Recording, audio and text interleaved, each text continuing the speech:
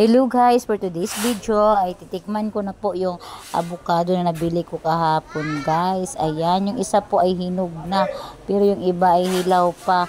Sabi po nila ilalagay po daw doon sa may lagayan ng bigasan para daw mabilis mahinog. Kaya yun nilagay ko po guys. Tingnan niyo naman po guys, napakaganda po yung avocado na yan. Flawless na flawless, walang kasira-sira. Kasing flawless ko, charis. Ayan, kinukuskus ko na po siya at nilagay ko na po sa baso. Ganyan po ako ng avocado guys. Dinudurog ko po, nilalagay ko sa baso. Gusto ko yung durog na talaga ako, charis. Ay, mahugot na naman si inahan. Ayan po guys. Durog yung avocado na yung kagaya ko. Ayan po, kinukuskus ko na po.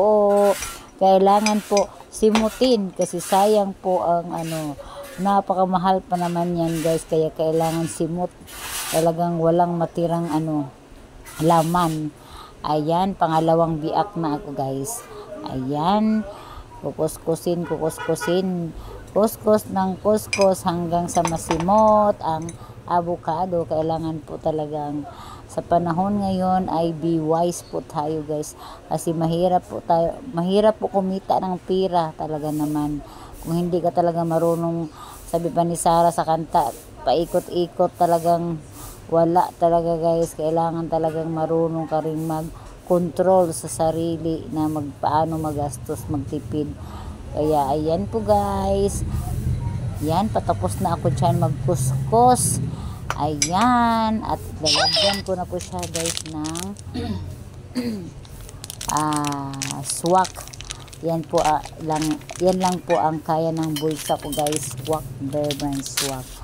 Ayan po guys, at lalagyan ko po siya ng maraming asukal. Yan, nahilig ko po ako sa matamis guys. Pag ganyan avocado, damihan ko po yan ng asukal. Ayan, nilalagay ko na po yung swak, tapos idadagdag ko na po yung asukal. Ayan, kasi konti lang yan guys, kaya kung bibili pa ako ng condense, naku, napakamahal talaga naman. Kaya kailangan talagang tayo marunong mag-budget po tayo guys. Ayan, lalagyan ko siya ng asukal. Parang marami po yan tingnan guys, pero kaya marami akong at tinatakal, pero konti lang ang laman yan guys. Napaka liit lang po yung takalan na yan guys. Kaya ayan, maya dadagdagan ko na naman para hindi ako kontento may gusto kong talaga, diba, matabang po yung avocado. Kaya ang gusto kong matamis na hindi na masyadong sobrang tamis, yung tama lang. Kasi sa sobrang liit kasi ng takalan yan guys, kaya yan parang marami tingnan, parang napadami yung takal ko, pero konti lang ang laman yan natakalan. Ayan po, minikos ko na guys para lahat mahalo na yung gatas at saka asukal. Ayan, excited na po ako tikman guys. Ayan, kahit swak lang po ang ilalagay dyan guys, sold na po ako sa ganyang mga pagtitimpla. Ayan, talaga masarap po yan.